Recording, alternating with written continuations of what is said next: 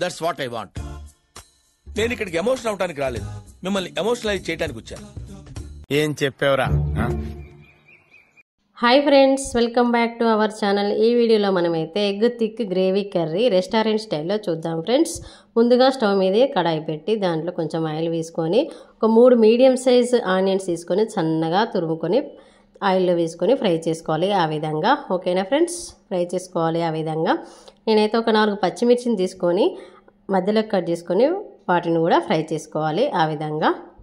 ఓకేనా, ఆ విధంగా ఫ్రై చేసుకున్న తర్వాత ఒక 6 వెల్లుల్లి రెబ్బలు వేసుకొని దాన్ని కూడా ఫ్రై చేసుకోవాలి. ఇది లైట్ పింకిష్ కలర్ వచ్చే వరకు ఫ్రై చేసుకోవాలి ఫ్రెండ్స్. బ్రౌన్ కలర్ వచ్చే వరకు ఫ్రై చేసుకుంటే కర్రీ అయితే టేస్ట్గా ఉండదు. లైట్ పింక్ కలర్ వచ్చే వరకు ఫ్రై చేసుకోవాలి. ముందుగా వాటర్లో నేను ఒక 10 కాజుని అయితే నానబెట్టుకున్నాను. ఓకేనా, గుప్పడంతా కొత్తిమీర వేసుకొని మిక్సీ జార్లో వేసుకోవాలి. మనం ముందుగా ఫ్రై చేసుకున్న ఆనియన్స్ కూడా వేసుకొని గ్రైండ్ చేసుకోవాలి. చల్లారిన తర్వాత గ్రైండ్ చేసుకోవాలి ఫ్రెండ్స్. చూడండి, ఇప్పుడైతే గ్రైండ్ చేసుకుందాము. అదే స్టవ్ మీద కడాయి పెట్టుకొని కొంచెం ఆయిల్ వేసుకొని మనం ఎగ్స్ని ఇప్పుడు ఫ్రై చేసుకోవాలి. చిటికెడంత పసుపు వేసుకొని ముందుగా ఉడకబెట్టుకున్న ఎగ్స్ని అయితే ఘాట్లు పెట్టుకొని ఫ్రై చేసుకోవాలి ఫ్రెండ్స్.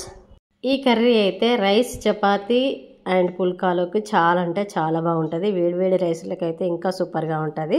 మనం ఇప్పుడు కొంచెం కర్రీ కోసం మళ్ళీ ఆయిల్ వేసుకుందాము ఇప్పుడు. ఓకేనా, ఇప్పుడు మనం గరం మసాలా గరం మసాలా అంటే లవంగం, ఇలాచి, దాల్చిన చెక్క వేసుకొని మనం ముందుగా గ్రైండ్ చేసుకున్న మిశ్రమాన్ని ఆయిల్లో వేసుకొని ఆ విధంగా కలుపుకోవాలి. కలుపుకున్న తర్వాత దాన్ని ఒకసారి మూత పెట్టి ఉడకనిద్దాము ఆయిల్ పైకి తేలేంత వరకు. చూడండి, ఆ విధంగా ఆయిల్ పైకి తేలిన తర్వాత మనము చిటికెడంతా పసుపు వేసుకుందాం ఫ్రెండ్స్. దాన్ని కూడా ఒకసారి అయితే కలుపుకుందాము.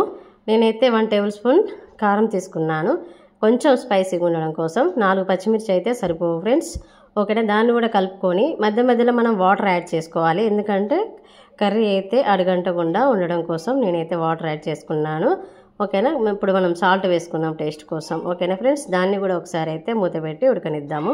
చూడండి, ఆ విధంగా ఆయిల్ పైకి తేలిన తర్వాత మనం ఫ్రై చేసుకున్న ఎగ్స్ని కూడా వేసేసుకొని కలుపుకుందాం. ఓకేనా ఫ్రెండ్స్, ఇప్పుడు మనం కొంచెం మళ్ళీ వాటర్ వేసుకొని ఇప్పుడు లాస్ట్లో గరం మసాలా, ధనియా పౌడర్ వేసుకోవాలి. చాలా బాగుంటుంది.